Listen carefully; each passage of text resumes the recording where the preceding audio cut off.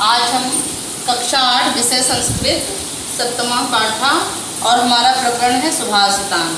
इसका अर्थ है सुंदर वचन।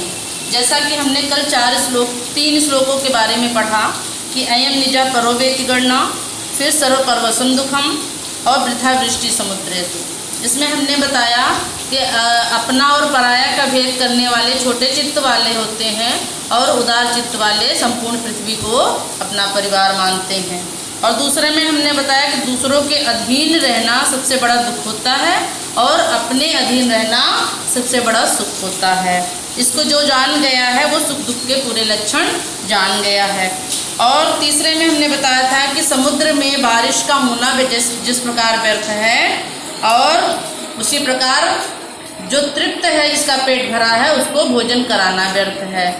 ठीक उसी प्रकार जिस प्रकार दिन में दीपक को जलाना व्यर्थ होता है। तो आज हम इसके आगे के भाग को पढ़ेंगे जिसमें हमारे 4 श्लोक दिए गए हैं। जिसमें हमने लिखा शॉर्ट में लिख दिया है कि काव्य शास्त्र फिर डॉट डॉट कल्हेनवा।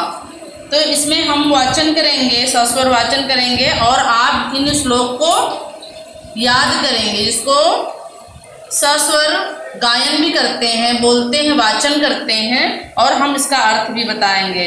इसमें लिखा है कि काव्य शास्त्र विनोदेन कालो गच्छति धीमताम व्यसनेन तु मूर्खाणाम निद्रया कलहेनवा।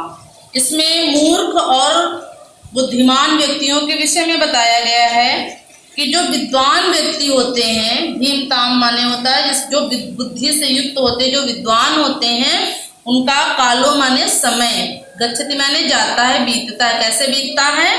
काव्य शास्त्र विनोदेन, काव्य और शास्त्र के विषय में वार्ता करते हुए बुद्धिमानों का जो है दिन बीतता है, समय बीतता है। व्यसनेन तु मूर्खाणाम निद्रया कलहेनवा। और जो मूर्ख होते हैं, जो व्यसनी होते हैं, दुर्व्यसन से युक्त होते हैं, मूर्ख जो होते हैं, उनका जो समय है, उनका जो दिन है, कैसे बीतता है?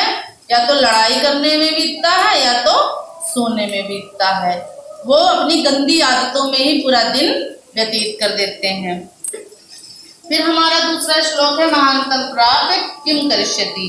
हमने लिखा वहां पर, तो आप अपने पुस्तक में देखेंगे। दूसरा श्लोक है महांतम प्राप्य सद्बुद्धे सत्यजेन लघुजनम यत्रैस्तास्ति सूचिका कार्यम कृपाणम किम करिष्यति। इसमें लिखा हुआ है कि महानतम प्राप्य सद्बुद्धि, कोई आवश्यक नहीं है कि जो महान होता है, जो बहुत बुद्धिमान होता है, उससे ही हमें अच्छी बुद्धि की प्राप्ति हो। कभी कभी सत्यंजन लघुजन, छोटे लोगों से भी हमें कुछ ज्ञान से भरी हुई बातें उसी प्रकार मिल जाती हैं, जैसे कि जहाँ पर सुई का कार्य, सूचिका माने होता है सुई, जो कार्य कभी कभी सुई कर देती है, वहां पर कृपाणेन माने तलवार की कोई आवश्यकता नहीं होती है। लिखा है कि कृपाणा किम करिष्यति, वहां पर तलवार क्या करेगा। तो हमें किसी को छोटा या बड़ा नहीं मानना है। कभी कभी हमें छोटे लोगों से भी बहुत अच्छी बातें मिल जाती हैं, अच्छी ज्ञान मिल जाती है। ठीक उसी प्रकार की कुछ ऐसे कार्य होते हैं जो सुई से ही संपूर्ण हो सकते हैं, वहां पर तलवार की कोई आवश्यकता नहीं है। फिर लिखा है किम कुलेन विशालेन विद्याहीनस्य देहिना विद्यावान पूज्यते लोके ना विद्या परिपूज्यते। यहाँ पर लिखा है कि कुल के विशाल होने से कोई मतलब नहीं होता है कि हमारा परिवार बहुत बड़ा है, हम अपने बहुत अच्छे परिवार से संबंधित हैं। ऐसा कुछ नहीं, क्योंकि बिना विद्या के युक्त शरीर उसी प्रकार हो जाता है जैसे कि हमारा कुल तो बहुत विशाल है और हमें हमारा सम्मान कहीं पर भी नहीं है।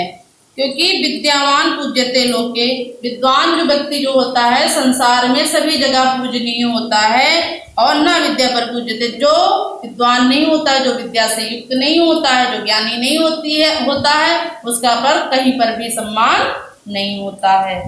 वेशेन वपुषा वाचा विद्या विनयेन च वकारे पंचभारितो नरो भवति पूजता।